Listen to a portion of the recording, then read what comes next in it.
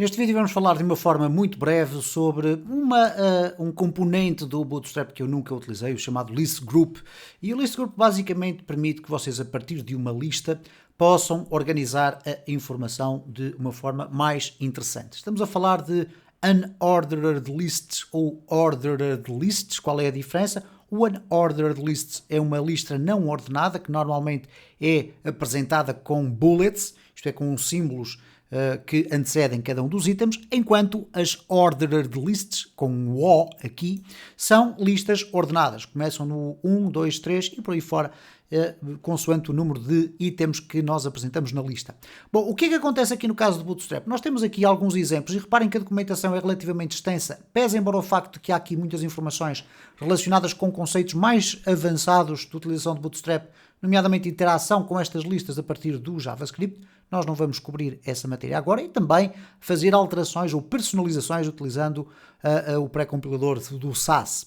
Então o que acontece aqui é o seguinte, reparem, eu vou apenas falar sobre alguns exemplos para vocês depois poderem estar mais à vontade a explorar a documentação, porque mais uma vez volto a referir, o Bootstrap é das, vamos lhe chamar bibliotecas ou frameworks, como queiram chamar, com uma documentação mais explícita e mais simples de nós consultarmos. Permite fazer exatamente isto que eu estou aqui a fazer, que é copiar e ter este exemplo que eu aqui tenho dentro do meu código. Eu tenho aqui já aquela estrutura que venho mantendo desde há alguns vídeos para cá. Vamos aqui colocá-la como deve ser. Neste caso é um call, vamos colocar aqui um call 6 offset 3, ok? E agora, quando eu lançar aqui no Live Server, nós vamos ter a oportunidade de ver então aqui a nossa lista. Eu pus aqui um background diferente, um background primary, mas eu vou removê-lo porque ainda vinha do vídeo anterior.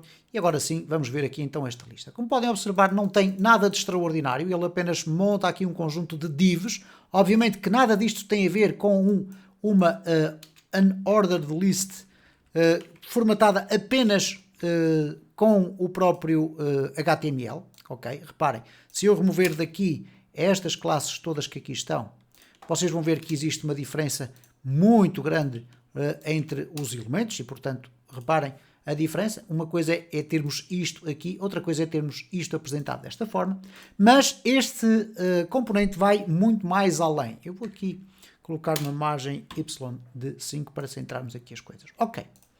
Este componente vai um bocadinho mais além, porque, obviamente, vocês dentro das listas, nós podemos colocar várias coisas. Por exemplo, nós temos aqui an active item, e neste caso bastará colocar aqui active no que nós quisermos. Volto a relembrar que este item area current significa que num sistema de acessibilidade, um site feito com acessibilidade correta, permitiria a um invisual, por exemplo, ouvir a leitura de que seria este o item que estava selecionado. Portanto, nem sequer vamos ter necessidade de utilizar isto, a não ser que vocês queiram, de facto, ter o vosso site em termos de acessibilidade o suficientemente bem escrito.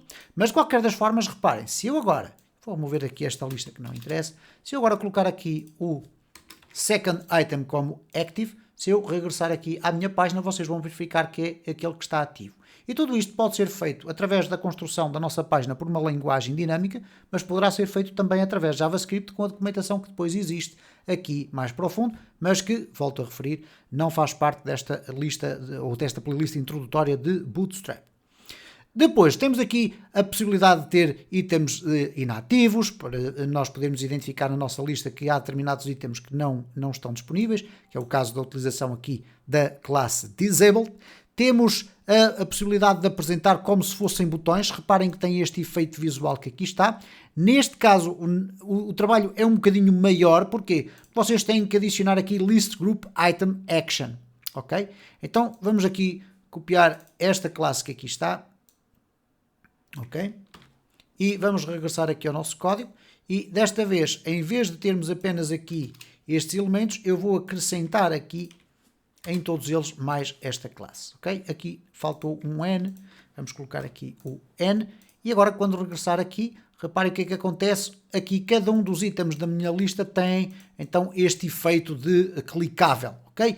Depois vamos por aqui abaixo e vamos começando a verificar outras hipóteses que existem. Por exemplo, no caso do flush, vocês podem usar aqui o flush para remover a maior parte da formatação do aspecto visual, isto é, eu coloco aqui List Group Flush, e se agora regressar aqui, vocês provavelmente aqui não irão verificar, mas se tivermos um ambiente mais limpo, ele vai deixar de ter a parte do contorno, etc. E depois há aqui alguns pormenores, nós podemos colocar com números, ok? Portanto, list, no caso das OLs, ok? Ordered List, que nós podemos aqui alterar para simplesmente OL, e aqui em baixo fechar com um OL.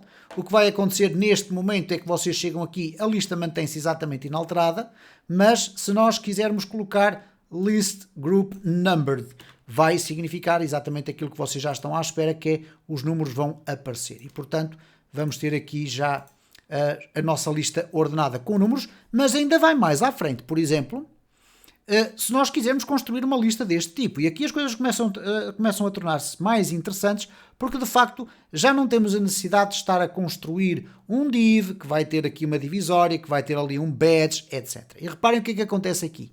Dentro da nossa ordered list, nós podemos ter um elemento list com todas estas classes que aqui estão, e dentro do list nós podemos ter uma estrutura de um div com um span, etc. Então reparem que se eu copiar aqui este código todo, é mais fácil para nós podermos escalpelizar isto aqui. Eu vou colocar aqui, vou formatar o documento e reparem o que é que acontece. O que nós temos é, então, o elemento contentor, vamos lhe chamar assim, que é este OL, que contém estas classes que aqui estão, ok? E que termina aqui. E depois, ok, que termina aqui no OL.